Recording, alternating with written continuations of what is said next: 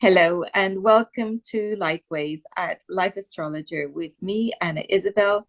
And if it sounds like I've been laughing, it is because I have been laughing, and I have been laughing with my wonderful guest, Melanie Reinhart.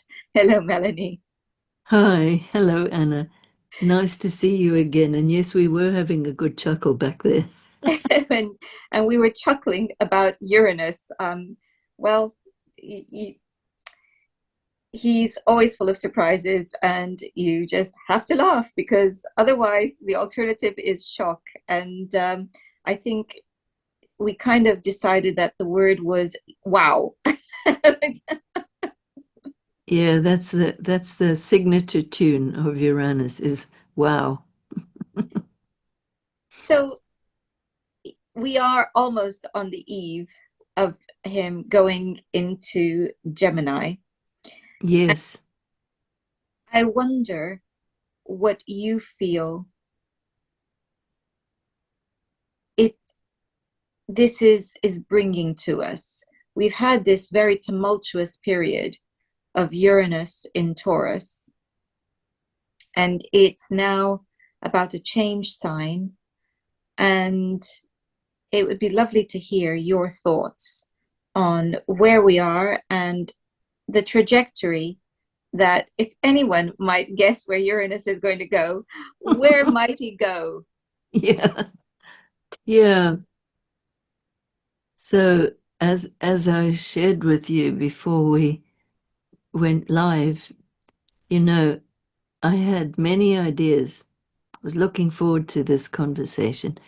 Had many ideas of what I might want to talk about or themes that I wanted to raise and so on. And it was like, as fast as I thought, oh, that's a great structure, I can work with that. It sort of went poof.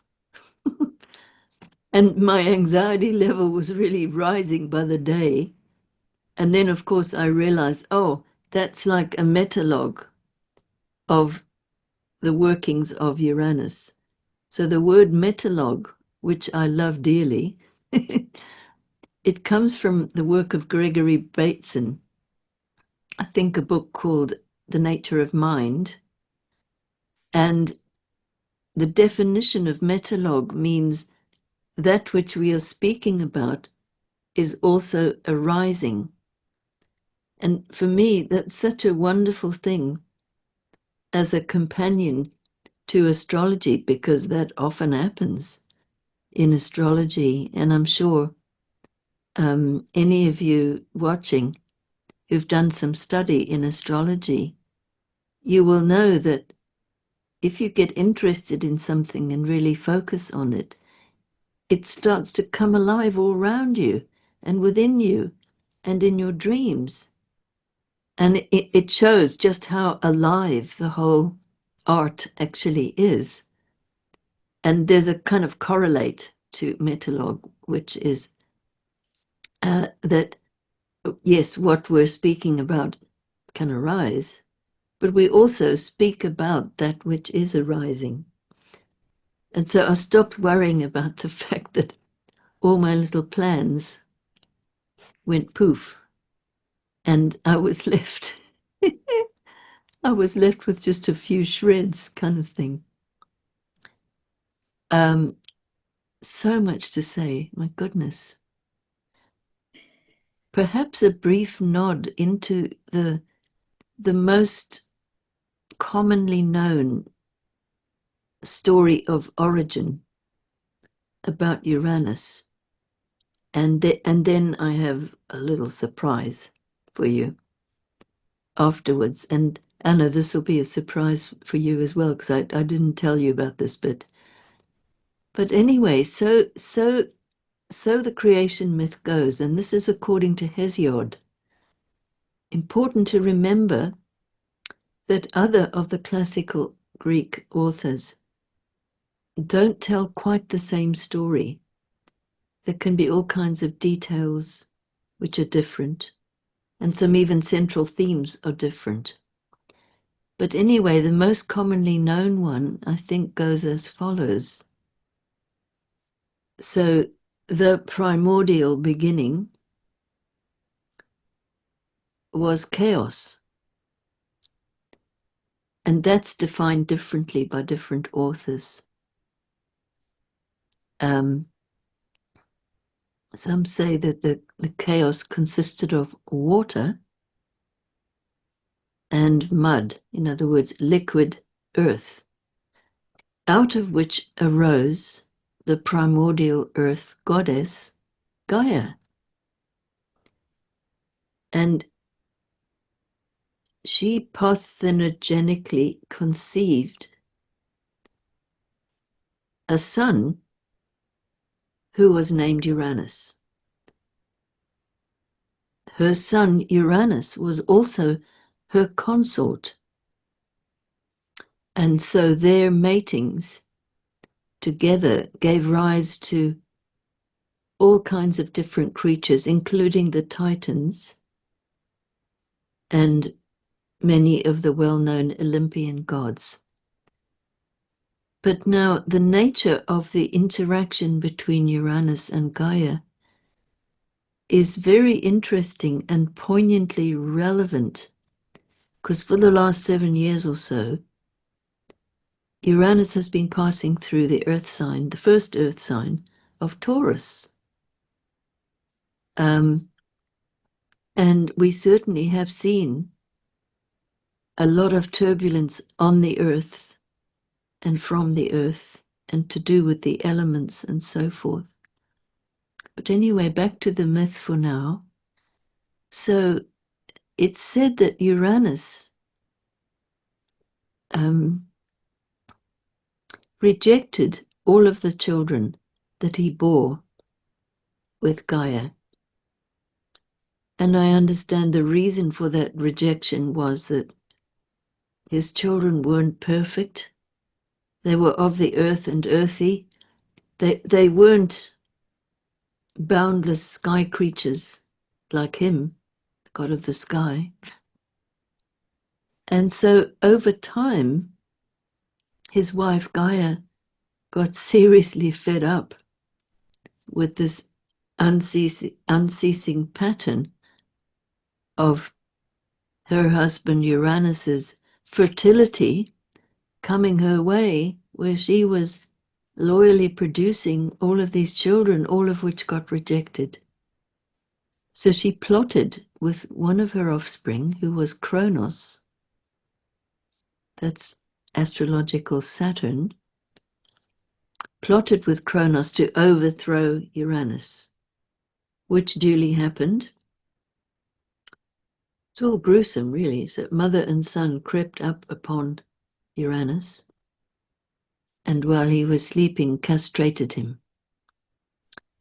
And so then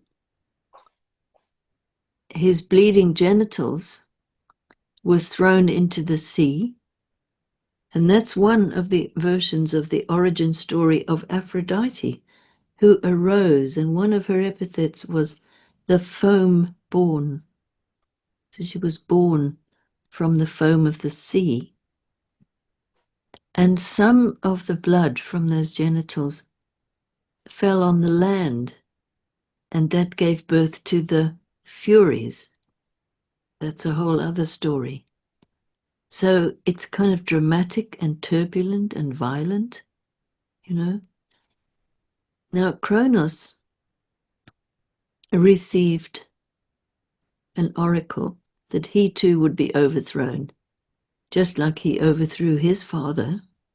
So then Kronos was given an oracle that he too would be overthrown by one of his children. So to try and preempt that fate, he would swallow them all as they were born, so that they couldn't arise and overthrow him. Then when Zeus was born, he was secreted away and given to the care of some nymphs in a kind of rural idyll, and his wife Rhea wrapped up a stone in swaddling clothes and gave it to Kronos and successfully deceived him into thinking that that was Zeus, right? So in the fullness of time, Zeus did return and did overthrow Kronos. There's lots of nuance and drama in that story, but just for now, I'll leave it there. And so then Zeus took over, and in that lineage, we could say he's still there.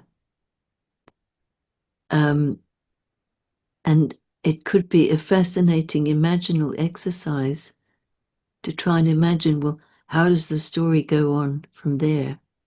Does it go on? If so, how?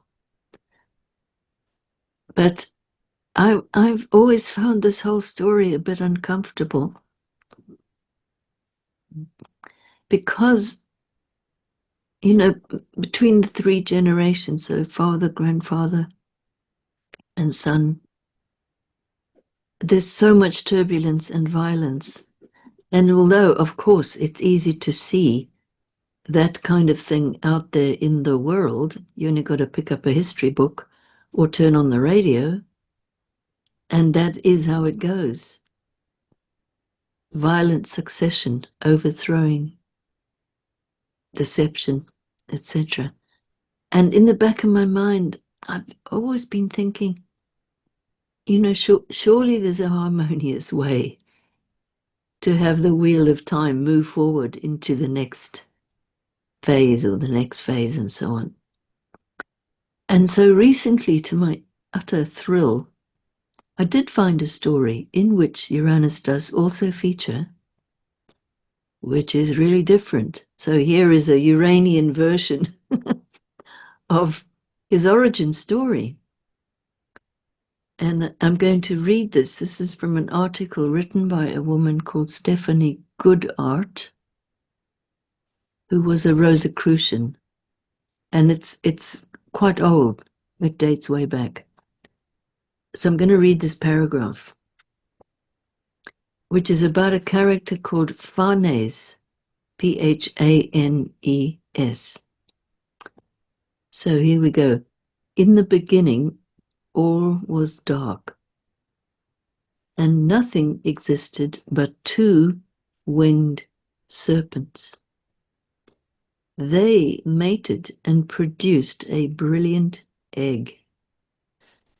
One serpent wrapped himself around the egg and squeezed it until it broke open. Emerging from within was the winged hermaphroditic deity Phanes. Light radiated from his body that was so bright no one could see him. He had 4 eyes and horns, and the heads of a bull, ram, lion, and serpent. From the top half of the shell he created the heavens. He created the heavens, and from the bottom portion he created the earth. He mated with himself and gave birth to the goddess Nyx, Nyx, meaning darkness or night. He also mated with Nyx, and she gave birth to Gaia and Uranus.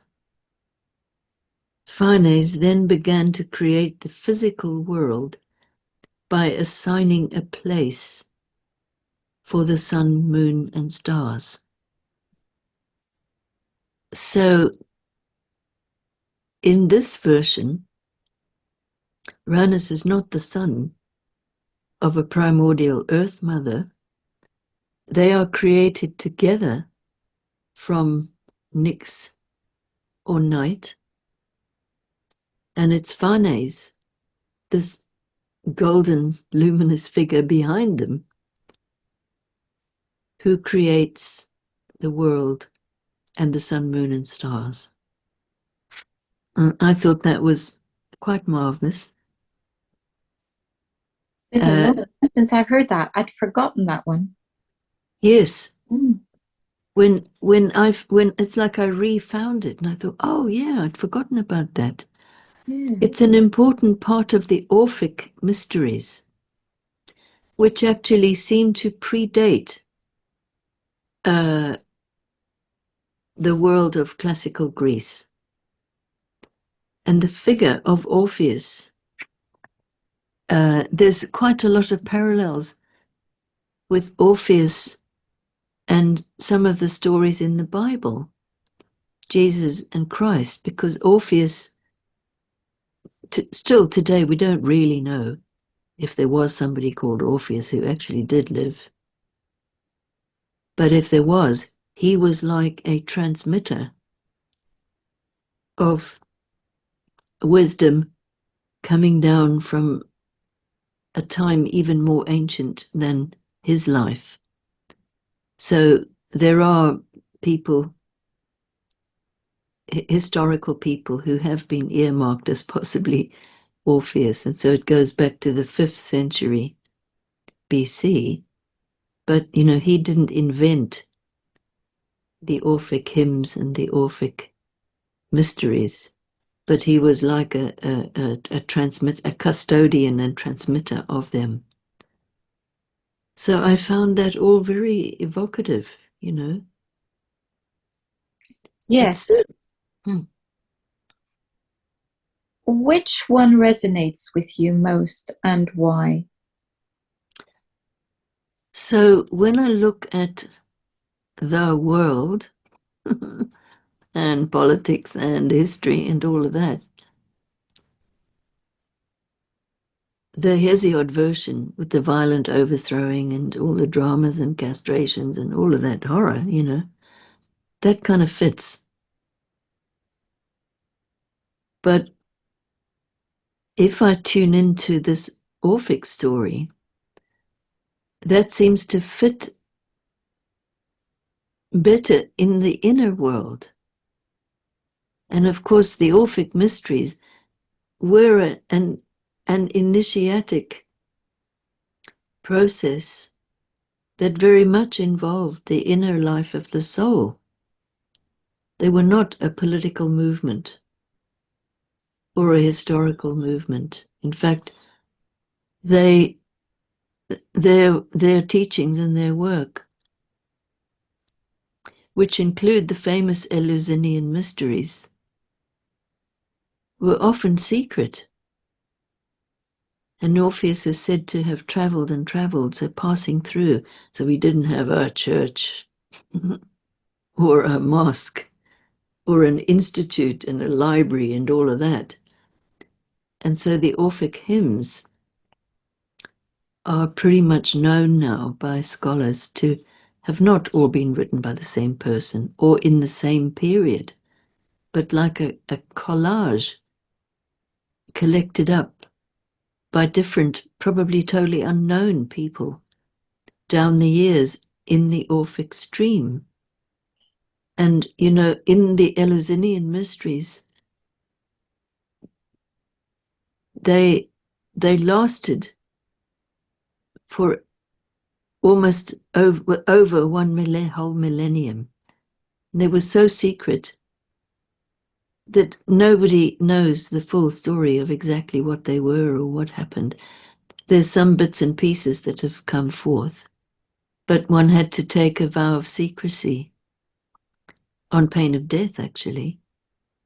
So there's a kind of an inner and an outer side to this, which I guess I guess that's appropriate because Uranus is about to go into Gemini, the sign of the twins, where certainly one's inner task and maybe outer task as well involves meeting the opposites, meeting the polarities. And they're not necessarily neat complementary opposites and polarities either. They can be really in conflict. And it's a very important inner work, this. And it takes a lot of courage to actually recognize and admit to the oppositions that one carries within oneself. More typically, what we tend to do is deny, split off from what we don't really like or want to see, and then project that onto someone else. And that can spread really wide. And in a way, that's what makes history, where people think, there's an in-group and an out-group. And the out-group are vilified or scapegoated and so forth, or must be exterminated. It can get really extreme. But, if one winds all of that back, there can be really intense conflicts that go on within the soul. Now that we can work with. And I think as much as we project, we as human beings, we can project what we reject within ourselves. We can also reject ourselves and deify others. So Exactly. it could be a negative projection or a positive projection, if we can see it like that. Mm-hmm. But either way, I think it represents a schism in the psyche. Yeah. And I think that, well, just about all of my work as a therapist is about helping people to understand that that pain they're experiencing is because of a split that's happening. Those anxiety attacks, that people come to me with are happening because they're not acknowledging something of the heart. They are Yeah. living according to a rule book that they don't properly understand, whether it's society's rule book or parental rule book, peer rule book, whatever that rule book is out of line with themselves.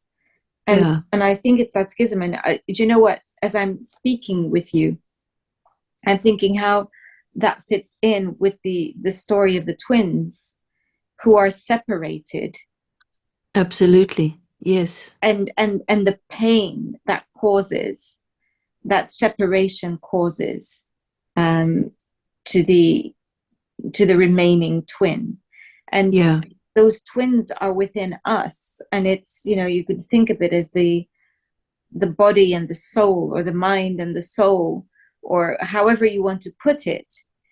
But when there is this schism within us, because we are not whole, we have been split apart, then obviously the extremes is what we might recognize as madness.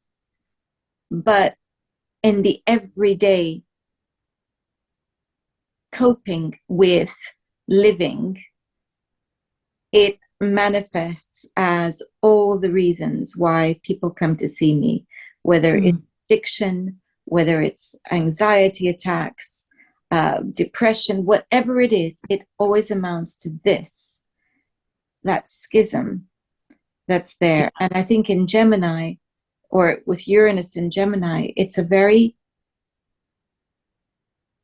interesting thing, because even with the twins, you hear people talking about Gemini and, the evil twin and the good twin. It's not quite like that, but that very perception of duality is there. Very much so. And big disclosure coming. I actually have Uranus in Gemini in my own horoscope. And so it's been an energy which has accompanied me all my life. Sometimes felt like a foe and sometimes felt like a friend. But basically, what I feel it does offer is sometimes through a kind of a shock or a kind of wake-up call. Very often when it's a case of a transit, in other words, where it is now and how that relates back to our own horoscope, it's not usually a transit which kind of gently creeps up and you barely even notice, and then suddenly there is an illumination or you get it or whatever. It's more like a bang and the light goes on. So a kind of awakening that can be instantaneous. And Anna, you said something, don't know if it was before we went live, but there's certain things you can't unsee. And you can't unknow things that you deeply, deeply know. So with this theme of duality and the Gemini twin thing, it may be that we do have parts of our personality or character or even our philosophical beliefs or our moral stance on things, they can have irreconcilable opposites. So the natural thing is to try to find some way to bridge the opposites, to blend the opposites, you know. But that doesn't always work, and it's not even always appropriate, because at the Uranus level, which is like popping out into another level, reminds me of that very famous etching of the shepherd boy out in the field, and he's kind of stuck his head through the firmament and he's looking at the marvels of the workings of the universe. It's a very famous etching. And it feels a bit like that. It's like, oh, you suddenly put your head through the firmament and you see something really differently. And to go back to the theme of the duality within us, it's like you let go of the duality itself. You can't necessarily fix it or change it or build bridges or do any of these things that you might want to tinker around with. Sometimes that's not going to work. But the grace of a Uranus transit is it sometimes goes poof, and then we see it's like our perception gets big enough to be able to hold with love these opposites that on a bad day can feel like they're driving us nuts, you know, that they can exist as they are in a polarity which at one level is fraught with conflict, but at another level they're not. They're just different. It is a very tricky energy because on the one hand, Uranian energy seeks to liberate, and it often liberates through shock. Mm-hmm. And that's in and of itself painful. There's also something about that act of liberation coming through a detachment. So we have this desire to liberate and this energy of detachment, but that detachment is more of a severing. You know, it's Yeah. and oh, of course, that's just made me think about, you know, his testicles were, he was severed from his testicles, you know. And I'm just thinking about that myth actually as I'm speaking. It wasn't where I was going, but that image, there's something there about creativity, because very often when we receive a shock and if we are able to free ourselves from the past, from the scripts that are running in our heads, that severing is extremely painful sometimes and very shocking, particularly if we're dealing with squares, I think. But at the same time, it frees us to be completely creative and innovative. So it's that severing from what we knew that then propels us into a new reality of creativity. So I think that that's so it's a tricky energy because what do you do with this? It's big stuff. But I think it really is about that creativity. And then the other thing about it is that Uranus is very social. And yet, because of its polarizing energy or its shocking energy, it polarizes. So there's this tension between sociability or the desire to be unifying and big, but the heavy-handed nature of it actually separating. So it's a very difficult energy actually, and it's interesting to see what will happen as it's in an air sign, in a very sociable sign. Yeah. A couple of things came to mind as I was listening to you. When you talked about effectively the desire to liberate ourselves. Now, the grace of Uranus it doesn't come on the back of a whole lot of effort. Like, you sweat away with the problem and finally you get the solution and poof, you're liberated from the task. It's not on that level. It like floats in or crashes in from a whole other level that can seem completely illogical, irrational, shocking, and so forth. So there's a kind of a discontinuity which itself can be liberating. A phrase here comes to mind. I did mention this to you before we went live. So the phrase, which I think is really important for Uranus, is after enlightenment, more laundry. And this is the title of a wonderful book by a wonderful Buddhist teacher called Jack Kornfield, with a K, K-O-R-N, Field.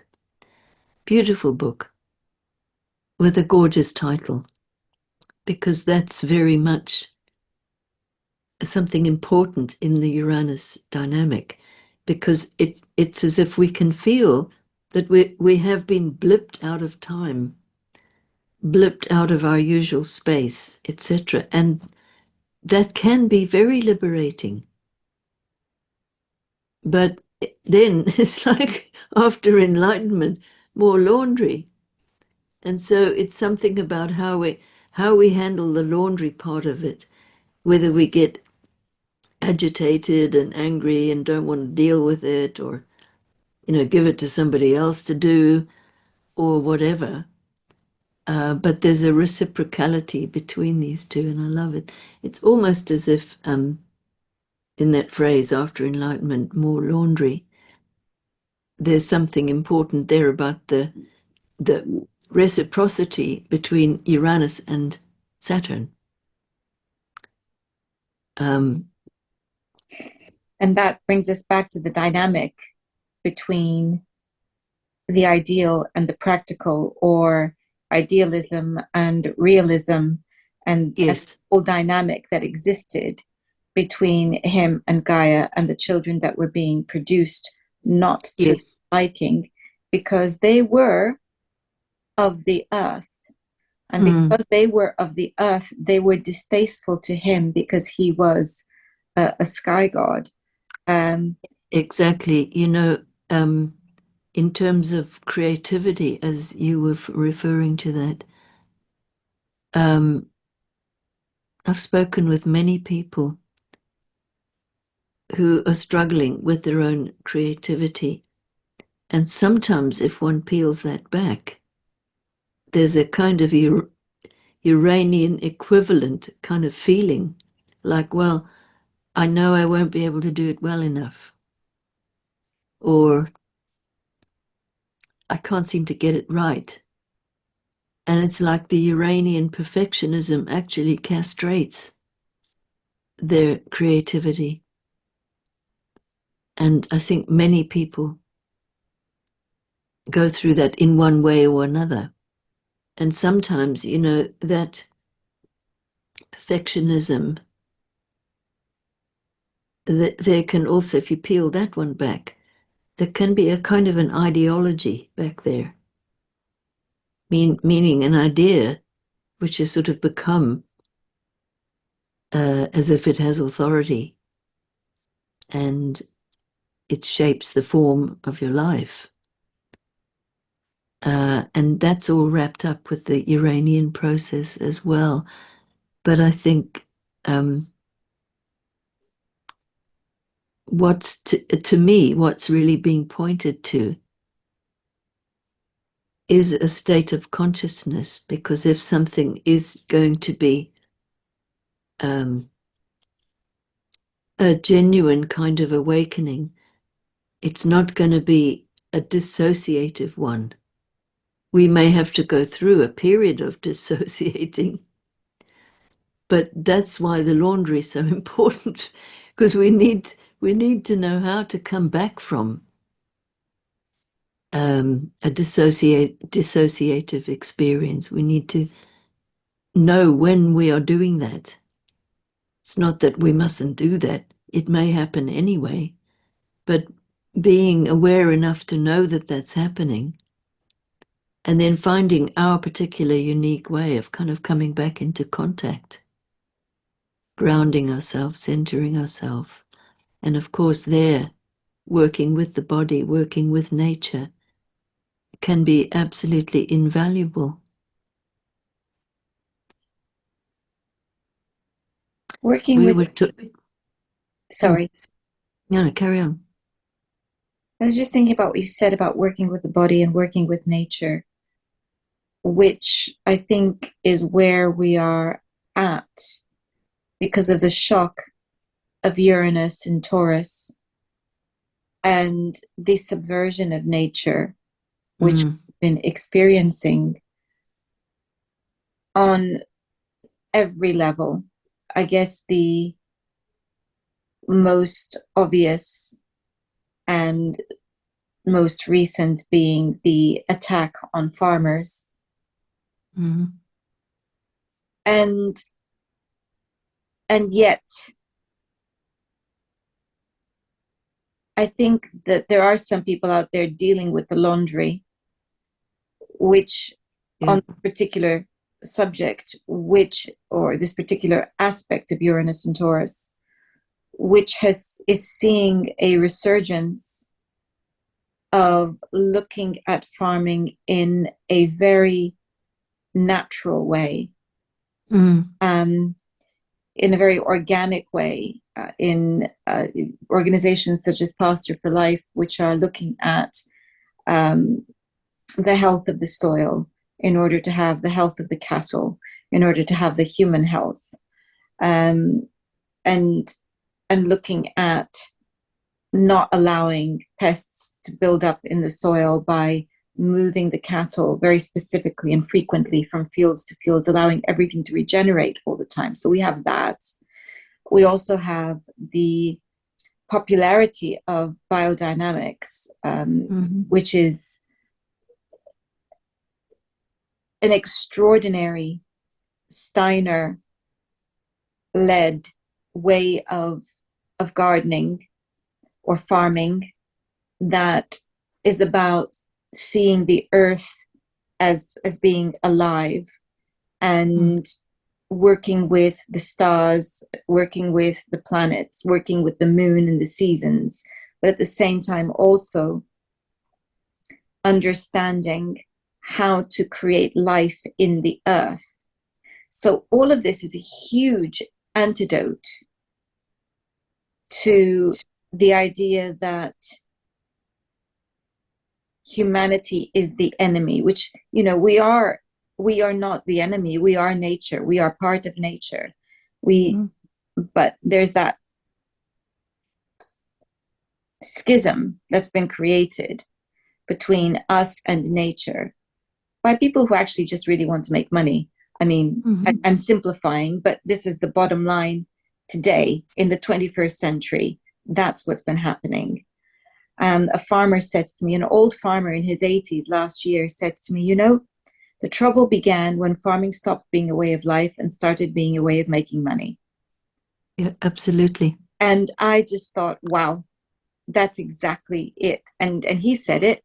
So we're seeing this resurgence, which I think is the cleaning up of Uranus and Taurus. And I think there's going to be a big cleanup for a very long time. Yeah. And we're going into Uranus in Gemini. And what you were saying seems right, because already there's this division that's happening: pro AI, anti AI, pro free speech, anti free speech. If you're anti free speech, then you see speech as being shocking. And hey, why stop there? Why not start censoring thought? Which is exactly where we are going with some of the technology. And it's exactly where we're going with the whole notion of free speech, which comes from some study that was done by some intellectual some time ago. And I can't remember the name of the man, but it's being taught to our police that genocide can begin with one word. And therefore, it must be policed and censored in order to prevent a greater calamity. And so we have these divisions within our society. It's been building. Along comes Uranus in Gemini. And you know that this is going to heat up and heat up and heat up until at some point we're going to have some laundry to do. Right. What I'm wondering is that, with Uranus going into Gemini, I'm wondering whether this will give a blast of energy that will help people understand thought forms which are around and basically add up to propaganda. It's everywhere. And the thing is, if one can really see it, it immediately loses its power. And, here I can't help thinking, now I'm going back to my school days. I had an absolutely marvelous English teacher.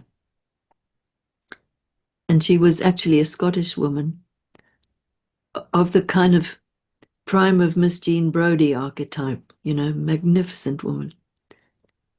Sharp as a needle and very straight. She ended up being the headmistress of our school. That was after I'd already left. But she was a card-carrying rebel. You could see it in the twinkle in her eyes.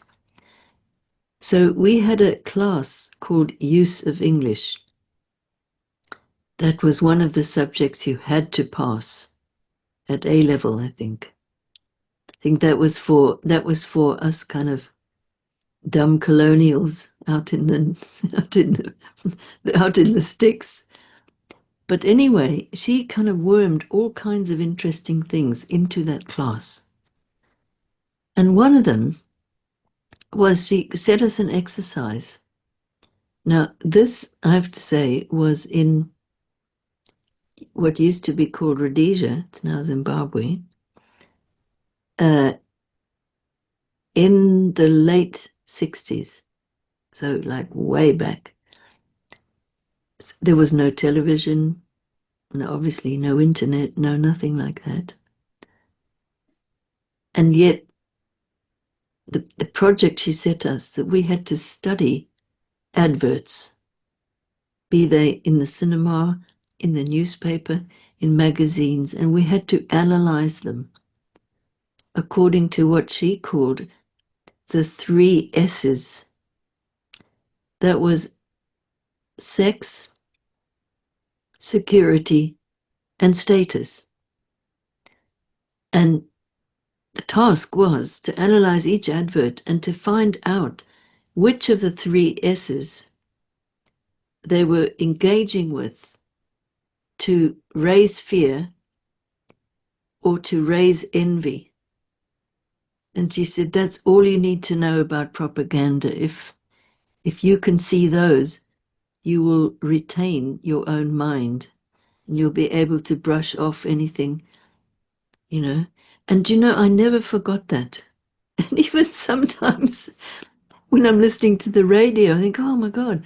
And Mrs. Burke's voice with her Scottish accent floats back out of the mists of time with such gratitude, because I just think that kind of training is really necessary.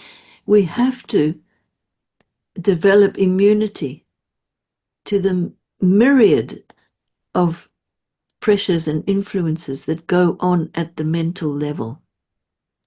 And I'm thinking, how will Uranus in Gemini impact that? What I would hope for is that lights start going on all over the place, you know.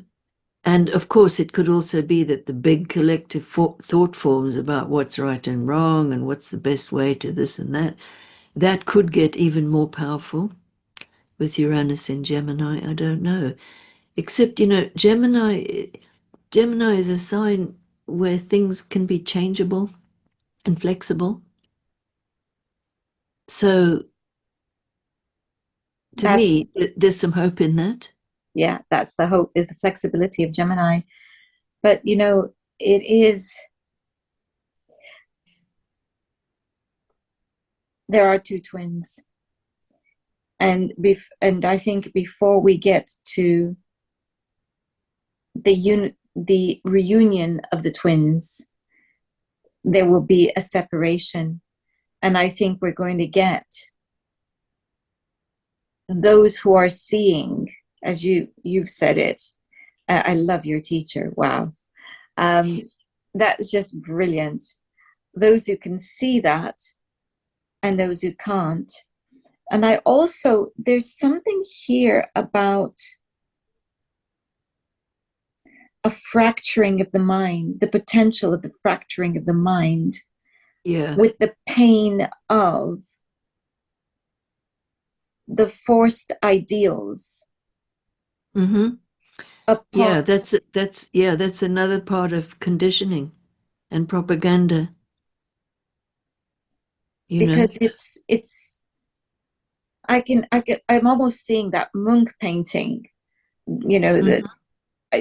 that pain of not being able to handle any more thoughts, Mm-hmm. and not being able to deal with any more information. That. Yeah. And I think actually the precursor to this has been Jupiter and Gemini. Absolutely.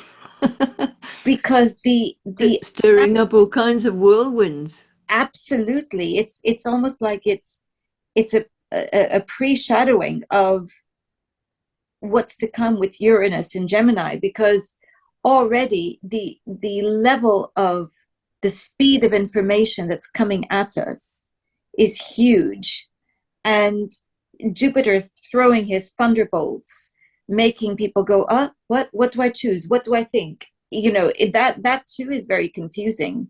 And I don't think it's an accident, in a sense, that Jupiter is is known to rule Pisces.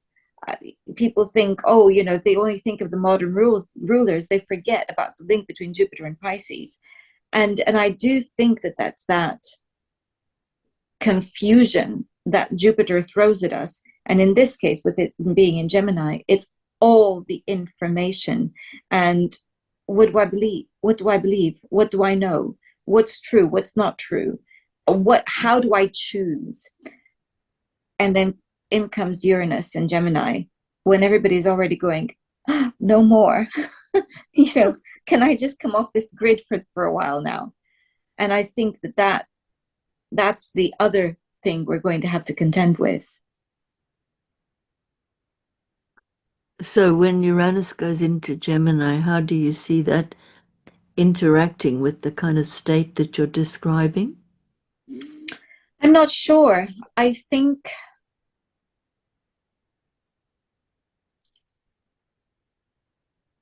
there are going to be people out there who will go through some kind of experience of losing their minds. And I don't mean necessarily that they're going to end up in institutions. I don't mean that, but I think that it goes back to that schism that I was talking about within the population between those who are going to want to retain their independence, a very Uranian impulse, and those who are going to allow themselves to be sucked in. And then comes the moment of dissonance where they realize they don't know who they are anymore. Yeah. And it almost fits in with this business of, putting chips into people's minds. That's another, that's a technological version of this, which we know Elon Musk and others are toying with, if not downright experimenting with already. And it's this, who does my mind belong to? Mm-hmm. And who am I? I think that these are real questions that we're going to be collectively asking.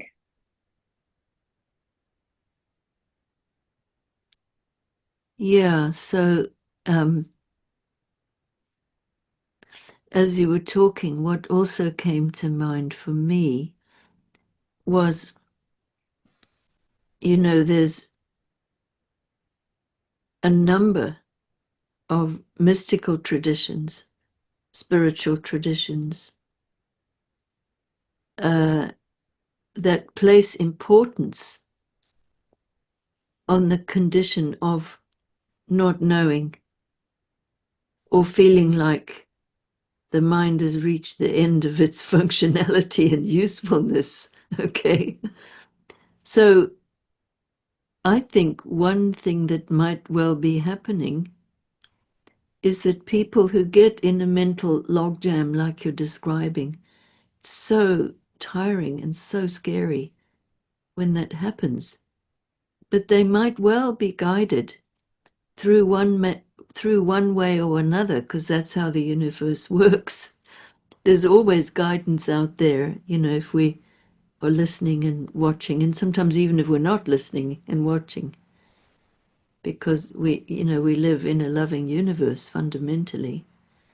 So they might be guided to books or podcasts or talks or people that can put them in touch with the reassurance that, oh, okay, you may be feeling like you're going nuts because it's all too much and you don't understand it, and there's too much to process mentally and so forth. And so the good news is that Jupiter on the 10th of June will move into the sign of Cancer. So it will go from a sign in which, in a way, it's not terribly comfortable, in Gemini tends to kind of race around and get overloaded. Whatever Jupiter touches, it expands or exaggerates. And so it's like a super Gemini. Jupiter in Gemini can raise a lot of nervous anxiety because, our nervous systems can only cope with so much input. And try as we might, we can't necessarily force something to settle or integrate. There, it's really useful to learn body practices to do with the vagus nerve, methods for actually calming the nervous system, etc. But the energy of Jupiter in Cancer, that's said to be in the traditional astrology, that's said to be its place of exaltation. And, if we just think about, well, why would that be? In Cancer, it's ruled by the moon. So there's something very intimate and personal about the sign of Cancer. That is a kind of an opposite, a polarity of the sweeping vistas and the grand plans about the future and so on and so forth, which might all sound very exciting at the time, but which can big time drain energy out of the soul if we get caught up in that. And, the sort of swing between pessimistic scenarios and grand future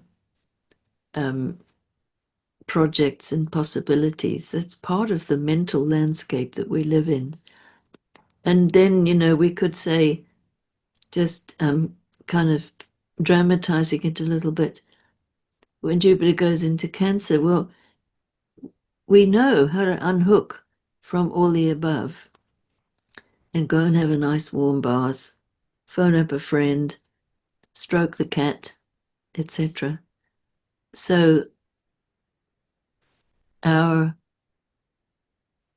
beneficence might come through things that are small and deeply personal, and thus that can move mountains, so to speak. And that's on the way, which I think is a very interesting little prelude, because Jupiter will have already been in Cancer about a month, just under a month, before Uranus goes into Gemini, which is on the 7th of July. And then Uranus spends a few months in Gemini, then does revisit Taurus a bit, and then enters for a second time on the 26th of April next year, 2026. And the thing I couldn't help noticing about both of those times when Jupiter goes forwards into Gemini, it's conjunct Venus each time. And I'm thinking, oh, that's so interesting, because it's just come from a sign. It will have just come from a sign that's ruled by Venus, so Taurus. And then there's that conjunction both times on both of the ingresses. And it's Jupiter in Gemini, of course. And there's something about that too, which interests me a lot. Because in esoteric astrology, so called by Alice Bailey, in her work she has a whole table of additional rulerships of planets to the signs, and they're very, very interesting. It's like another layer. And Venus is the esoteric ruler of Gemini. So the pain and distress that any of us can feel, whether Gemini or not, with issues of uniting and separating, that's kind of written into the sign of Gemini. And so the longing for true connection being Venus as well, that's also a very strong part of the sign. And we know that in the mythology, Hermes indeed had a relationship with Aphrodite, and their children were hermaphrodites, which are both sexes in one, which is very touching in all sorts of ways. And so the other part of that is Uranus is the esoteric ruler of Libra, more Venus. And so there's a very strong Venus connection with these two ingresses. And of course, in terms of the chakras, Venus rules the heart. So that may well be a very important reference point in the whole maelstrom of mental activity that could be evoked. Certainly. So whatever really touches your heart can be a kind of a touchstone through this energy as well.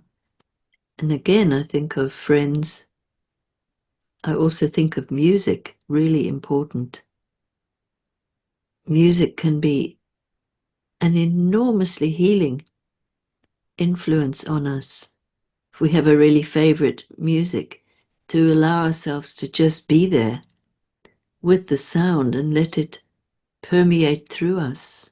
And you'll be able to feel your nervous system gradually settling down if you allow yourself that experience. So I think that's a good that's a good thing to have in our survival kit with the forthcoming transits. And fundamentally, what really we're saying is that we need to not allow the intellect to overshadow feeling. And Yeah. to the two twins again, that Yes. duality again. And I think that in order to avoid that schism that I was talking about within the mind, we need to not lose sight of the feeling, because we are not machines. We are souls within a body, and we have feeling. Absolutely. And But feeling. I want to add there that, it can happen that we lose contact with our feelings anyway. We might know that it's a good idea to balance heart and head and all this. But that can become an ideology too, in the sense that it might happen that we do lose contact from the sheer pressure of what we have to deal with mentally and the kind of additional worries that our anxiety drives us into, that we do lose connection with our feelings. So for me, it's something about the awareness. Again, if we can stay even a little bit aware of when we have disconnected from our feeling, and then stay with the feeling of feeling disconnected, because if that's what's true in any given moment, that's what's true. And so trying to connect may not work, but recognizing, oh, I feel really disconnected. So how does that feel? And if we stay with the feeling of being disconnected, we're much more likely to be able to naturally slide into connection again. Because for a start, we are recognizing that there is a disconnection, and that in and of itself is a feeling. And the Exactly. minute that is a feeling, that's the beginning of reconnection. Absolutely, yes. Wow. Well, Melanie, as ever, a most wonderful meandering and exchange of thoughts and ideas. Thank you. Thank you so much. It's always a pleasure to meander with you. It's just the best time. Thank you so much for all of your thoughts. And I think you are doing something that is very interesting. You are doing what's called the spinning grace circle. Oh, yes. Would, would you like to tell us about that so that people can join you for that? Yes. So what happened was last autumn, so autumn 2024, and this really was like an experience of being handed a task list. This is what you need to do. And, you know, it seemed very clear and very simple. And in a few days, the whole thing just fell together. All the synchronicities paraded around. The impossible was achieved and so forth. And I thought that there would be maybe a few people, 5, 6, maybe. I thought that, well, my first list of people who'd expressed interest was over 50 people. And the timing was such that the first meeting we had was on Samhain. It was on the 1st of November, which of course is that's the date on which Chiron's discovery was announced back in 77. And it has a lot of ritual significance in the Celtic calendar, etc. So it all just kind of happened. But the inspiration behind it really was the work that I have been doing with Chariklo, the wife of Chiron. And this particular theme has to do with being at the end of the family line. So I'm at the end of my family line, and this became a really important motif already decades ago, when I was in a Jungian analysis. And I had many clients coming to me, all having that situation. So I thought it was a kind of really common thing. And then gradually I learned, well, actually, no, it's not that common. And I remember at the time I thought, oh, someone needs to write a book about this, because being a Gemini, the first thing I did was I want to find out who said what about it. I want to read about it. Nothing, absolutely nothing. So when this came to me last autumn, I thought, oh, maybe somebody's written the book. I still find almost nothing. A few really dry academic papers and that kind of thing, but no, that wasn't the book I had in mind. Now, I was already writing a book at the time, so I absolutely couldn't diverge. And this wasn't an impulse to write a book. It was to offer this as a group meeting, as a group gathering. And so we did. And it's a kind of ongoing group, but with a particular structure, in that so we book three sessions at a time, and we meet once a month. And the structure is simply that, well, every time we meet, I will do a little bit of astrology, saying something that's maybe really topical or something like that. We'll do a meditation together, but the main focus is really having a space where people can talk about that theme, but it's not restricted to that theme, and it's not restricted to women either. And so it's really a sharing space for people to tell their own stories if they want to. There's no pressure that you have to share and speak and all that. It's not like that. But it's turned out to be quite wonderful, and we're on our fourth kind of 3-month intake already now, which starts in June. And I haven't, promoted it or anything like that in any big way, but I do let people know via my newsletter. So if by chance that is of interest to you, you can contact me and I'll send you the information from my last newsletter. Or you can kind of tuck it behind your ear and remember for future reference. So that's what it is. And it's called the Spinning Grace Circle because the name of Chariklo translates to spinning grace. And there's a lot of her energy present in the group in many ways, actually. So, gosh, I said more than I thought I would, but there we go.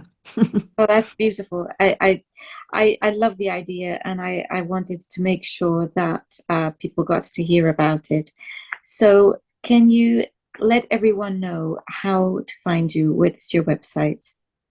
Oh, yeah, it's just my name, MelanieReinhart.com. I will be putting a link to that in the description box. Melanie, Okay, great. thank you so much once again for your time today. Thank you. And thank you all for watching. Just a little reminder that you can also follow me on my Substack, and that is going to be in the description box. And next time, well, we're going to be looking at mythology. Until then, goodbye. Bye, everybody.